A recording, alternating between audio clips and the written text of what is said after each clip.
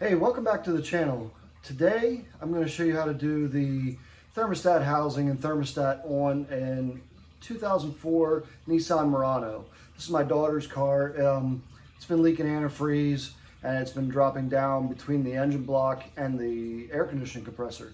So I'm going to show you today how to get that pipe replaced. It's not that difficult of a job. Right now I have the antifreeze emptying out of the radiator, so make sure you drain that first, and then I'll show you where to go from there. All right, first thing you're going to do is take these two 10mm bolts out of the overflow housing that are holding it in place.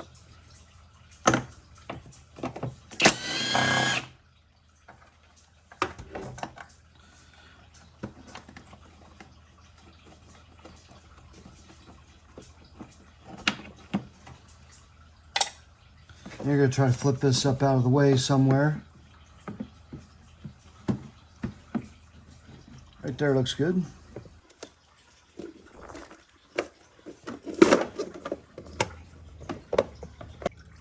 The next thing you're going to want to do is take a screwdriver and pry this tab in right here so you can slip this ECU housing up and off the bracket.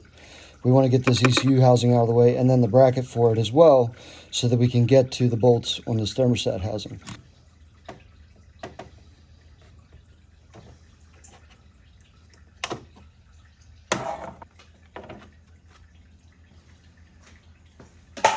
There we go. Much more room for activities.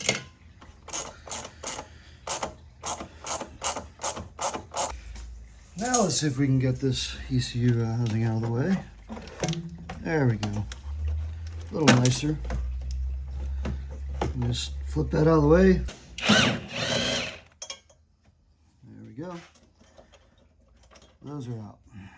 And there comes the bracket. Now with those out, we have some hoses we need to disconnect. So I'm finding that this is going to be difficult trying to hold a camera and do it at the same time. So I'm going to show you which two hoses need taken off. It's going to be this one right here. The clamp for it is up here. It's a spring clamp. And then this lower radiator hose right here, which is also a spring clamp. Now, I'm sure these are going to be fun to pull off of here as they've probably been on here for a minute. So take your time. Try not to rip your hoses. They're still good and you don't want to have to replace them. So take your time, get these off of there, and then we'll move on. In case you're not aware, spring clamps are tools of the devil.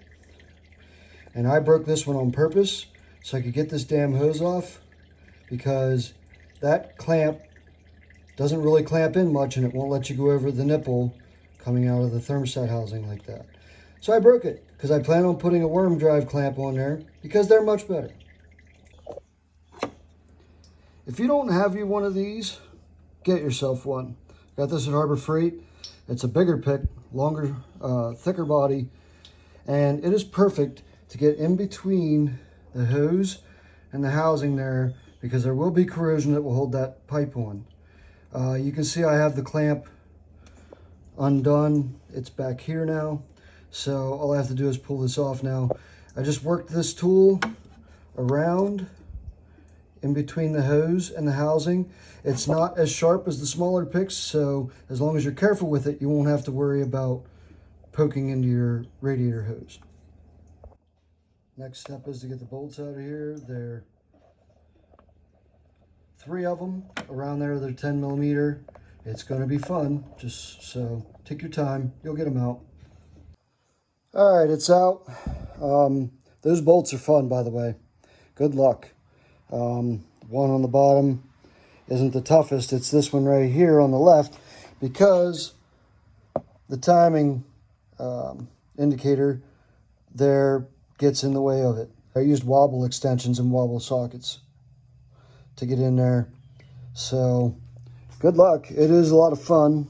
The gasket that came off is all metal, and the gasket that comes with it is regular gasket material, which should seal better than that.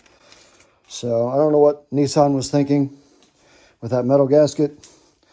I also don't know what they were thinking putting the thermostat housing, which is a maintenance item, by the way, in such a shitty spot. So I did end up having to wait until after I got the thermostat housing out to get that hose off, because I had to work that pick all the way around, and then I just twisted the housing and started spinning in there, and it just came right out. Okay, it is in, and it's bolted in, and to say this is a pain would be an understatement. That gasket, I thought I had 2 bolts in it when I tried to line up that, and by the time I got it in, the gasket had slipped down and it wasn't lined back up anymore. But I had 1 bolt started on the right. The one furthest forward to the front of the car is actually the easiest one to get to. That's the one I would use to get started with your gasket through that hole, and then you can push up on the gasket from the bottom and line up the other holes. I'm pretty sure I've got it lined up. It's really hard to tell. I don't know if I can finagle the phone in there, but it looks like the gasket's in, as far as I can tell. The only thing I'm left to do now is put the antifreeze in it and see if indeed leaks or not. Good luck if you're trying to torque them, because that bolt back there is super not fun to get to because of the timing guide.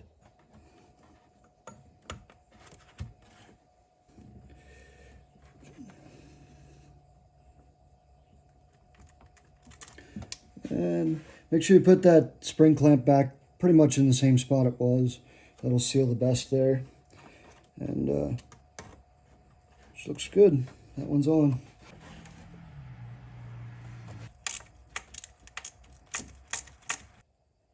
Alright, the clamps are on. You can just go in reverse, put your bracket in for your ECU, and then slip the ECU back on, and then put your overflow tank back where it belongs. And I'm not going to bother showing you that on camera because you already saw how it came off, so you should be able to get it back on. Alright, now we need to fill up the antifreeze, fill up the cooling system back up. Don't forget to tighten your drain plug underneath, which I almost just did.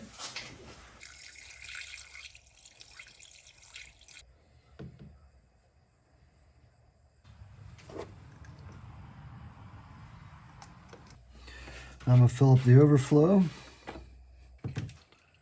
I do have a cooling system tester with the pressure pump and everything to it. I'm going to run it to see if we have any leaks that way first. If I need to use the pump, I will,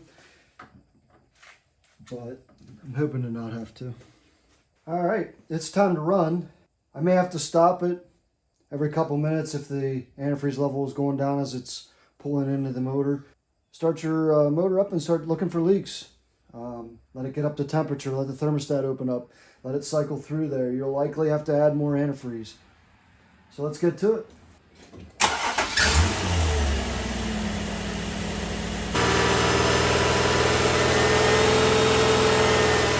All right, it's been a few minutes of run time. I'm gonna stop. The temperature is coming up. I see it inside the car coming up. I'm gonna stop it quick and just take a peek in the radiator, make sure we're still up to the neck. Be careful in case there's any pressure behind here. My cooling system's not very warm, so not yet.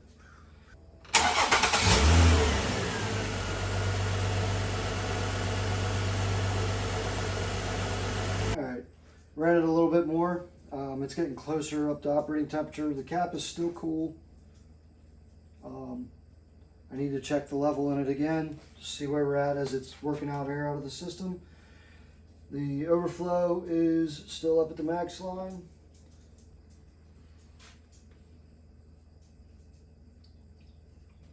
And this time I'm going to run it to temperature. I know I have enough antifreeze in there that I'm not going to overheat the engine.